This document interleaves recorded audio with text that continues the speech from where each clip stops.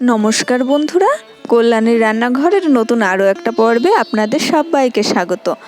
আজ আমি আপনাদের সঙ্গে শেয়ার করব ঝরঝরে চিড়ের পোলাও বা চিড়ের পোহার রেসিপি। কয়েকটা টিপস ফলো করে যদি চিড়ের পোলাও তৈরি করেন তাহলে চিড়ের পোলাওটা হবে একদম ঝরঝরে। তো চলুন দেখে নেওয়া যাক রেসিপিটি।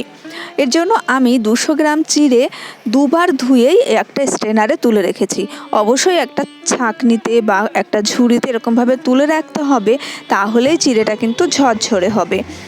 চিড়েটাকে কোনোভাবেই জলে ভিজিয়ে রাখা যাবে না, আর ছাঁকনিতে বা ঝুড়িতে তুলে 10 থেকে 12 মিনিট রাখলেই দেখবেন চিড়েগুলো ফুলে যাবে এবং চিড়েটা বেশ ঝরঝরে তৈরি হয়ে যাবে। প্রথমেই এই টিপসটা ফলো করে চিড়েটাকে আগে ঝরঝরে করে নেবেন। এখন ওভেনে একটা কড়াই বসিয়ে দিয়েছি। কড়াইটা গরম হয়ে যাওয়ার পরে 2 চামচ সাদা তেল দিয়ে দিলাম। তেলটা একটু গরম হওয়ার পরে দিয়ে দিচ্ছি 2 টেবিল চামচ চীনাবাদাম। বাদামটা একটু ভেজে নিতে হবে, খুব বেশি ভাজার দরকার নেই, বাদাম খুব তাড়াতাড়ি ভাজা হয়ে যায়। তাই 30 থেকে 40 সেকেন্ড একটু নাড়াচাড়া করলেই দেখবেন বাদামটা ভাজা হয়ে গেছে। এবার একটা ঝাঁঝরির সাহায্যে বাদামগুলো আমি তুলে নিচ্ছি।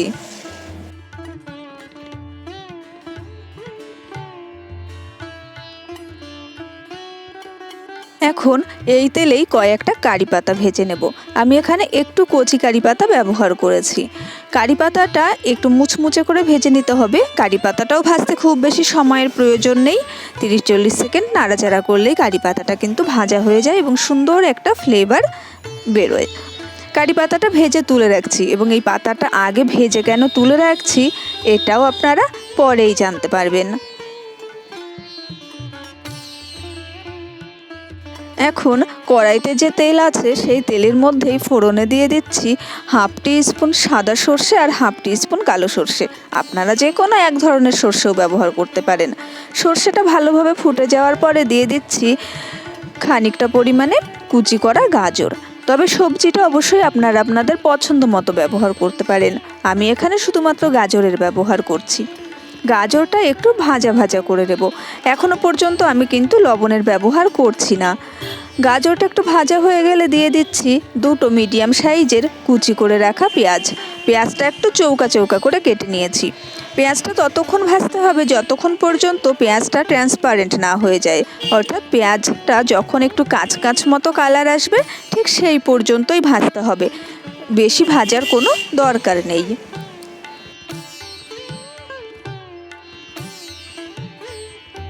পেঁয়াজটা যখন একটু কাঁচ কাঁচ মতো কালার এসে গেছে তখন দিয়ে দিচ্ছি পরিমাণ মতন কাঁচা লঙ্কার কুচি। তবে ঝালটাও আপনারা আপনাদের টেস্ট অনুযায়ী দিয়ে দেবেন। এবার একটু নাড়াচাড়া করে নিচ্ছি। লঙ্কাটা পরে দেওয়ার কারণ লঙ্কার কালারটা ভালো থাকবে এবং টেস্টটাও খুব ভালো হয়। আর সেই সঙ্গেই দিয়ে দিয়েছি কয়েকটা ধুয়ে রাখা কিশমিশ। এবার একসঙ্গে মিনিট খানেক একটু ভেজে নিয়েছি। তারপরে দিয়ে দিচ্ছি চিড়েটা এখনও আপনারা বুঝতেই পারছেন কতটা ঝরঝরা রয়েছে। তো চিড়েটা দিয়ে দেব এই সমস্ত উপকরণের মধ্যে।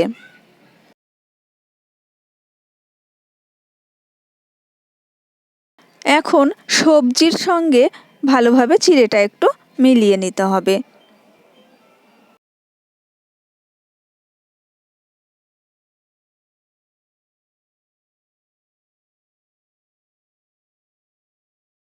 চিড়েটা একটু মিলিয়ে নিয়ে দিয়ে দিচ্ছি এখন স্বাদ অনুযায়ী লবণ।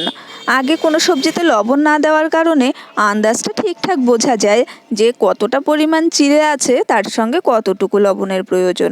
এবার একটু ভাজা ভাজা হওয়া পর্যন্ত অপেক্ষা করব। তবে চিড়েটা কিন্তু খুব বেশি সময় ভাজা যায় না, অর্থাৎ কড়াইতে রাখা যাবে না, এতে করে চিড়েটা শক্ত হয়ে যায় বা একটু মুচমুচে হয়ে যায়। তাই 2 থেকে 3 মিনিট একটু নাড়াচাড়া করার পরে ভেজে রাখা কারি পাতা আর বাদামটা দিয়ে দিচ্ছি। যাই হোক, কারি পাতাটা পরে দেওয়ার কারণ হচ্ছে কারি পাতাটা একটু ক্রিস্পি থাকবে। খাওয়ার সময় দেখবেন কারি পাতাটা একটু ক্রিস্পি থাকছে এবং কারি পাতার গন্ধটা আপনি খুব ভালোভাবে পেয়ে যাবেন। আর যদি আগে দিয়ে দিতেন সেক্ষেত্রে পাতাটা নরম হয়ে যায়। আর দিয়ে দিচ্ছে এই সময় স্বাদ অনুযায়ী চিনিটা অবশ্যই আপনারা আপনাদের টেস্ট অনুযায়ী দিয়ে দেবেন। চিনি দেওয়ার পরে আবার মিনিট খানেক অপেক্ষা করতে হবে। মিনিট খানেকের মধ্যেই দেখবেন চিনিটা বেশ গলে গেছে। এখন চিড়ের পোলাওটা কিন্তু একদমই রেডি হয়ে গেছে সার্ভ করার জন্য। আর আপনারা নিশ্চয়ই বুঝতে পারছেন কতটা ঝরঝরে হয়েছে। আশা করছি আমার রেসিপিটি আপনাদের ভালো লেগেছে। ভালো লাগলে চ্যানেলটা সাবস্ক্রাইব করার অনুরোধ রইল। পাশে থাকে বেল আইকন অবশ্যই ক্লিক করে রাখবেন, যাতে আমি নতুন নতুন রেসিপি শেয়ার করার সঙ্গে সঙ্গে আপনারা নোটিফিকেশান পেয়ে যান। দেখা হবে পরের রেসিপির সঙ্গে, সেই পর্যন্ত ভালো থাকবেন সবাই।